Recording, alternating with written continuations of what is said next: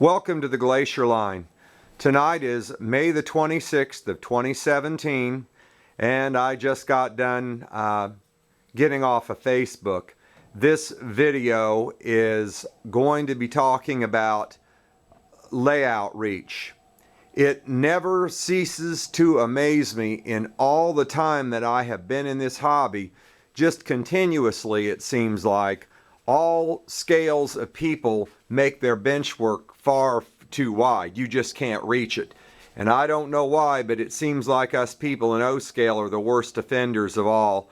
I just saw another layout on the internet tonight where the gentleman had laid the bench work, and this bench work was in the shape of a U around the room, which isn't bad in itself, but the problem was the bench work was 4 feet deep to the wall. I mean, there's just no way in the world a person can reach. And I know this has been talked about in many books and covered, etc. I've said it in other videos, and I've, as many people have asked me to help them with their layouts, that's one of the first things I talk to them about is, you know, bench work, reach and height, the aisleway width, etc. But it just seems like layout after layout after layout, so I just thought I would share this short video tonight and post it on several of the sites, and hopefully people that are planning layouts for the future may learn something from this video. What you're seeing in front of me right here obviously is not the Glacier Line. It's just a 2-inch thick sheet of foam. It's covered with a gold piece of cloth that's over the pool table to protect it. When the guys and gals come down here and we run the trains, you can see we have train books. We bring show and tell stuff and set it on the table and show it to other people. But this is your standard 8x4 sheet that most people lay down. The height of this particular piece is about 3 feet off the ground. I'm a 6'2" person with a fairly long reach, and as you can see this yardstick on the table starting at the edge of this board, and you can see it's 4 feet wide. You can see where the yardstick ends. If I literally come up, and I'm not going to be able to show this on the camera, if I come up all the way to the edge of the yardstick and I bend and I reach out, I can reach approximately 35 inches. And I'm really bending and stooping to reach that far. And at this point, I can tell you right now, if there was a turnout that far away and there was no other way to get to it, it would be absolute heck to reach it. Nothing on your layout should be more 30 inches away from reach, period. Nothing. Any piece of scenery, any point for any reason, it shouldn't be any more than 30 inches away. And honestly, your goal should be about 24 inches away, because there is a big difference between a person's maximum reach. And again, you're talking about me. I'm a larger than average person with a longer than average reach. This is waist high, and I can reach about 35 inches at a maximum. If I had a screwdriver or a pair of wire cutters or anything like that, and I was actually trying to do work on that point, say it was a turnout machine, it would not be a good experience. Now, if you happen to have an area for an 8x4 board like this, and again you can see the whole thing here, and you can access this sheet from all sides, you're good, because there's nowhere you can be on this layout that you will not be more than 24 inches away from it. But most of these configurations I see, inevitably, they are shoved up against walls and there is only access from one side.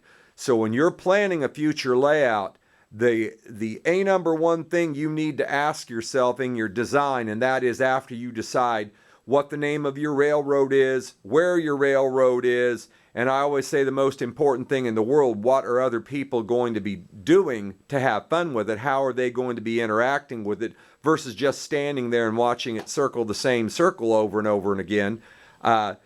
It's important that you have interaction, you have things to do, but also that you're able to reach it.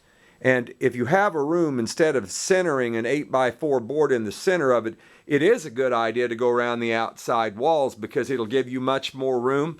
But when you do, and you can see this example on the Glacier Line because it's all over the place, This particular section of board is about 36 inches, 40 inches. It's 40 inches off the floor at this particular point. And you can see how far it seems like it's back to the backdrop. It may seem really deep on the camera. The reality is it's 24 inches back here. Well, no, I'll take it back. I'm sorry. I'll go 20. It's about 26 inches back of there from the fascia board. But easily, the things in the background, all of these turnouts can be reached. This is a huge layout that goes around a basement, and at no point on this layout is the board anywhere even close to 4 feet deep. The worst it does get, and you will have to plan for areas like this, at this particular trestle, these are 72 diameter curves or 36 radius curves, and they do come out 3 feet from the wall. And the track is right out in front where you can easily reach it. Now, to access the scenery all the way in the back, you know, I can get a step ladder to reach it, and doing something like that is not terrible. But if there was track or scenery or some fine small work you would have to do in this area, you would have to construct what is known as a pop-out hatch and actually have the ability to climb under the scenery and lift up to be able to reach it.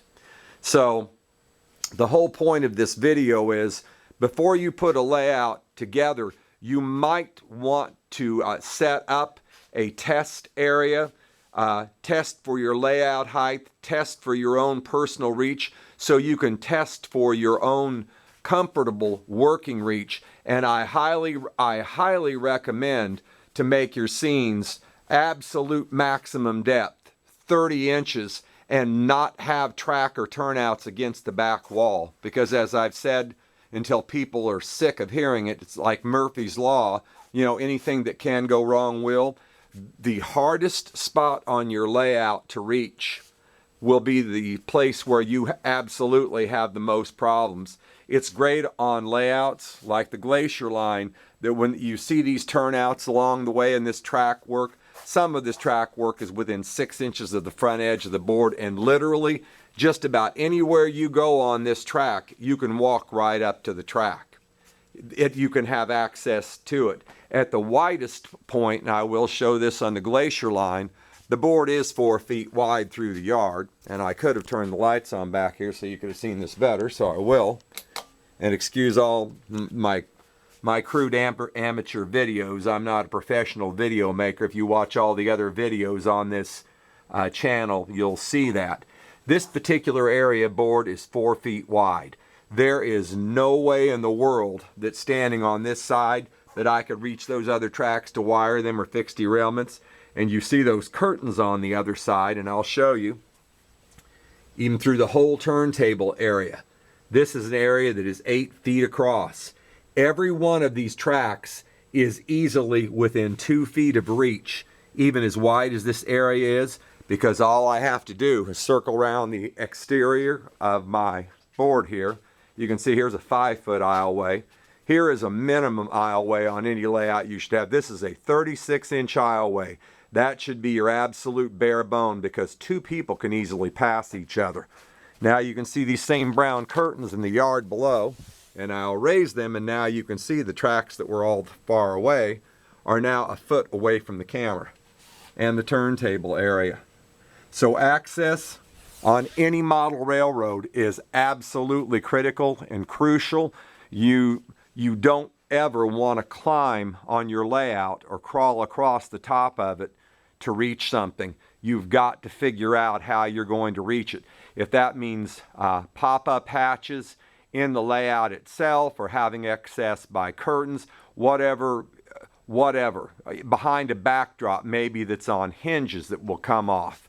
But the best thing in the world to do, and you will be very, very, very glad that you did it, is try your best to keep all of your track work well within reach, because once it is in place, you're going to have to clean it, and chances are you will have issues at certain points, and you may even have to change it out, or you may decide you need a little revision. You don't want one of these layouts that are literally 16 feet long and 6 to 7 feet wide, because if you do, you will discover your mistake the hard and expensive way. And I'm no expert, and I don't